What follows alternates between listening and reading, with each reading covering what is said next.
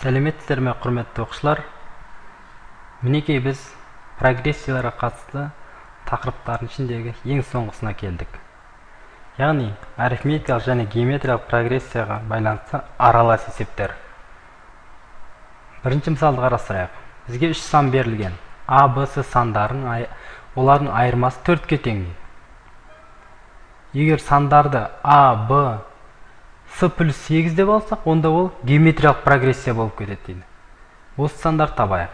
Бізге бастапқысында арифметикалық прогрессия берілген. Арифметикалық прогрессия берілген болса, біз кесте есеп түйсігінде кесте құрып алайық.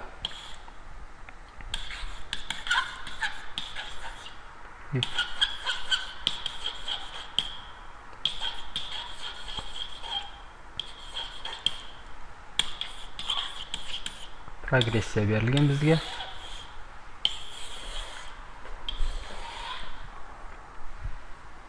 А, Б, С сандары берілген. Яғни бұл арифметика прогрессия болғандықтан және айырымы 4-ке тең болғандықтан біз былай істеп аламыз. Бірінші мүшесі А болып тұрғандықтан А-ның өзін жазып аламыз.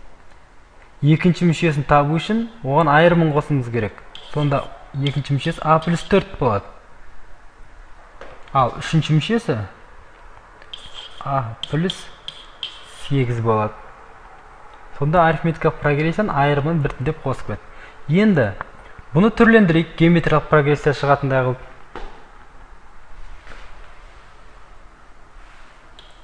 Геометриялық прогрессия құрастырайық.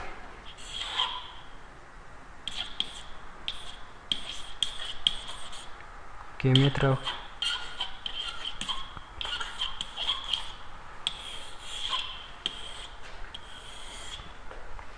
тура сол сандар, алайда үшіншісі өзгереді. А,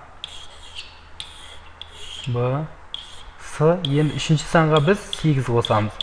Өйткені есептің шартында өзі берілген. С-ға 8 қосқанда ол геометриялық прогрессия болып кетеді деп.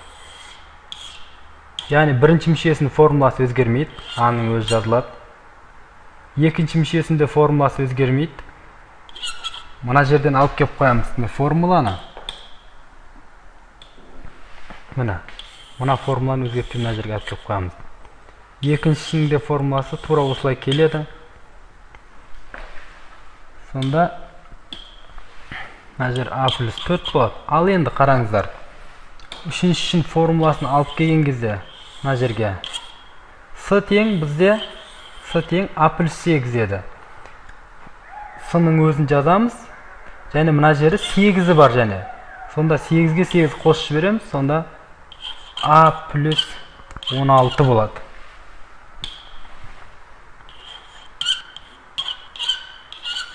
Басқа жағдайда мені бізде А плюс 8 болса, мына жерде 8 қосқандықтан А плюс 16. Яғни біз арифметикалық прогрессиядан геометриялық прогрессияға өткізіп алдық. Енді бізге екінші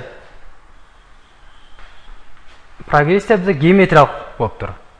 Сондықтан біз геометриялық прогрессияның қасиетін пайдаланамыз.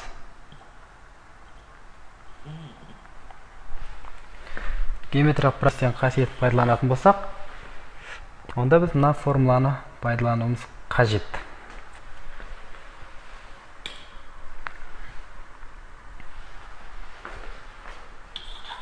B2-ның квадраты тең B1 көбейтілген B3 деген бар еді. Бізде B2-ні барып көріп келейік. B2-ның орнында бізде А плюс 4 тұр.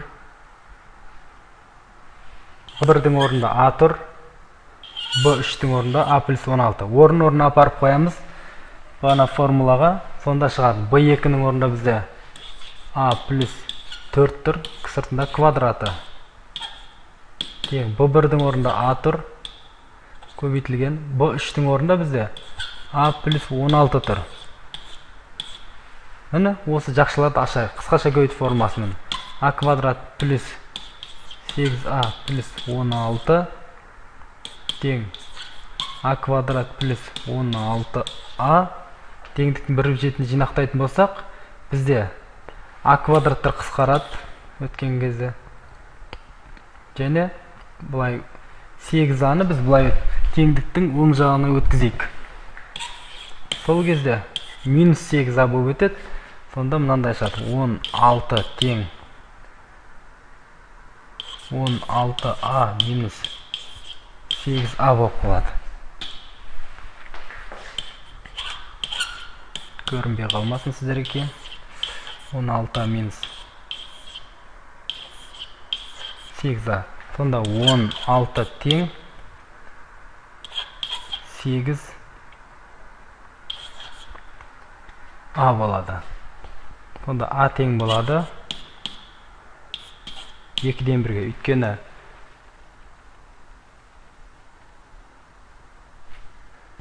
кесірестір 2-ге. Мен не қателесіп кеттім. Мен керісінше бөліп яғни а тең 2. Енді біз 3 санды табайық. А тең 2 болса, екіншісін табу үшін 4 қосуымыз керек. 2-ге 4 қосамыз,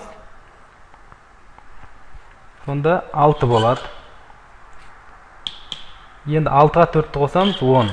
Сонда бізде ізделінді сандар 2, 6, 10. Рахмет тыңдағандарыңызға. Сіздермен болған Ермек Алханұлы.